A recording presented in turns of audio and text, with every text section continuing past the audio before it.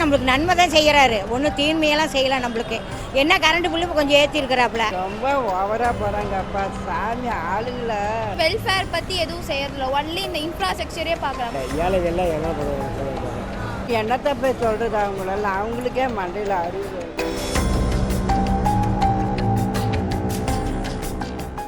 ரொம்ப எசென்ஷியல் அப்படின்னா நம்ம எலக்ட்ரிசிட்டியை சொல்லுவோம். நம்ம நார்மலாக ரொம்ப யூஸ் பண்ணுறது தான் எலக்ட்ரிசிட்டி. அது ஒன் ஆஃப் த ரொம்ப நெசசிட்டின்னு சொல்லுவோம். எப்பயுமே all the time 24 hours use பண்ணுறோம். அண்ட் இப்போ அது ரொம்ப அதிகமாக இருக்குது, 4% அதிகமாக இருக்குன்னா இப்போ 1000 ரூபா பில்னா 4000 வரும். ஸோ பர்சன்டேஜ் வரும். நம்மளால் அதை வந்து ரொம்ப இது பண்ண முடியாது. அதே மாதிரி நம்மளோட இது இன்கம் ஏற்றினா கூட பரவாயில்ல.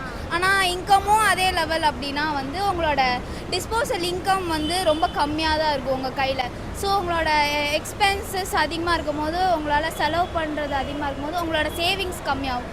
ஸோ இதனால் வந்து இன்ஃப்ளேஷன் தான் ஆகும் தவிர இதனால் எந்த இதுவும் இருக்க போகிறதில்லன்னு நான் நினைக்கிறேன்.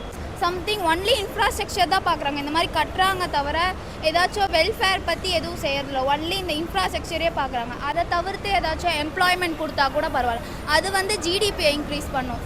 அதை தவிர்த்து இவங்க ஜஸ்ட் இன்ஃப்ராஸ்ட்ரக்சரையே பார்க்குறாங்க. So it's not fair. 3 தரம் ஏற்றிட்டாங்க இந்த வருஷத்துலேயே. ஏழைகள்லாம் என்ன பண்ணுவாங்க சொல்லுவாங்க? பணக்காரரே கட்டுறாங்க பில்லு, ஏழையாக இருக்கவங்க என்ன பண்ண முடியும்? ஒன்றும் பண்ண முடியாது. மாதம் கட்டணும்னாங்க, அதை விட்டு அந்த 2 மாதத்துக்கு ஒரு தரம் தான் திரும்ப கட்டிக்கிட்டு இருக்காங்க. சரி, கவர்மெண்ட்க்கு ஏதாச்சும் சொல்லணுன்னா நீங்கள் என்ன சொல்லுங்கள்? மாதம் கரண்ட் பில்லு ரிசீவ் பண்ணுற மாதிரி செய்யணும். இல்லை இதை கேன்சல் பண்ணணும், இந்த இதை ஏற்றுனதை கேன்சல் பண்ணணும். பால் விலை ஒரு ஏறி போச்சு, கரண்ட் பில்லு ஏறுது, அத்தியாவசியமான பொருள் எல்லாமே ஏறுது. குறைக்கிறதுக்கு வழியே இல்லை. ரொம்ப கஷ்டப்படுறாங்க, ஜனங்கள்லாம் கஷ்டப்படுறாங்க. என்ன பண்ணுறதுன்னு தெரியல. குழந்தை குட்டியை வச்சுக்கிட்டு வீட்டு வாடகை கட்டணும், கேஸ் சிலிண்டர் விலை ஏறுது, எல்லாமே இருக்கும்போது என்ன பண்ண முடியும்? ஒன்றுமே பண்ண முடியாது. அதாவது கேன்சல் பண்ண இதை 4% ஏற்றிருக்காங்க கரண்ட்டு பில்லு. நம்ம யார்கிட்ட சொல்கிறது? மக்கள் கஷ்டப்படுவாங்க, அதெல்லாம் அவங்க நினைக்கிறதே இல்லை. என்ன பண்ண முடியும்? நம்ம கரண்ட்டு பில்லை கொஞ்சம் குறைச்சி இது பண்ணால் பரவாயில்ல. தமிழ்நாடு அரசு இதெல்லாம் செய்யலாம். என்ன பண்ண முடியும் சொல்லுங்கள்? வருமானம் கம்மியாக இருக்கா சார்? ஒரு தட்டு காய் வாங்கினா 20 ரூபா. பஸ்ஸு ஏறுனா டவுன் பஸ்ஸெல்லாம் முதல்ல குறைச்சிருந்தது, இப்போ டவுன் பஸ்ஸெல்லாம் ஏற்றிட்டாங்க. எல்லாம் டவுன் பஸ்ஸு ப்ரைவேட் பஸ் மாதிரியே டவுன் பஸ்ஸு ஏற்றிட்டாங்க. கரண்ட்டு பில்லு அப்புறம் இப்படி எல்லாம் பண்ணுனா நம்ம என்ன பண்ண முடியும்? உற்பத்தியும் பண்ண தெரியல அவங்களுக்கு. என்ன பண்ண முடியும்? இப்போ அம்பானியா ஒரு நாளைக்கு சம்பாதிச்சு திங்கிறதுக்குள்ளே கஷ்டம், எவ்வளோ கஷ்டம்னு தெரியுது. அதை பற்றி என்ன நான் தப்பாக தான் நினைக்கிறேன். ரொம்ப ஓவராக போகிறாங்கப்பா சாமி ஆளுங்களை. எதை எப்படி பண்ணுறாங்களோ தெரியல. எங்கே ஒரு பேனு ஓடினாவே ஊருப்பட்ட காசு.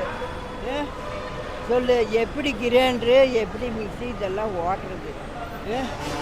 சொல்லு, இதெல்லாம் பண்ணால் எப்படி? என்ன சொல்கிறது? என்னத்தை போய் சொல்கிறது அவங்களெல்லாம், அவங்களுக்கே மண்டையில் அறிவு வருது. இன்னும் ஏற்றிக்கிட்டே பண்ணால் எப்படி?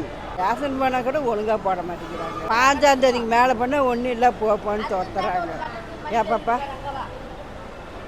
இதுக்கு மேலே எனக்கு பேச முடியாது, எனக்கு தெரியாது, அவ்வளோதான். கவர்மெண்ட்டில் என்ன சொல்கிறோம்? நம்ம கொஞ்சத்துக்கு கொஞ்சம் இறக்குனா பரவாயில்ல. அதே மாதிரி பிள்ளைங்களுக்கு சலுகை பண்ணுறாரு, ஃப்ரீ பஸ் விட்ருக்கிறாரு. அதனால் பிரச்சனை இல்லை. எல்லாம் கொஞ்சம் இதில் செஞ்சுருக்கிறாங்க. அதனால் நம்மளுக்கு நன்மை தான் செய்கிறாரு, ஒன்றும் தீன்மையெல்லாம் செய்யலை. நம்மளுக்கு என்ன கரண்ட் பில்லு கொஞ்சம் ஏற்றிருக்கிறாப்புல, அது இன்னும் கொஞ்சம் குறைச்சிட்டாங்களா நம்மளுக்கு இன்னும் கொஞ்சம் பரவாயில்ல.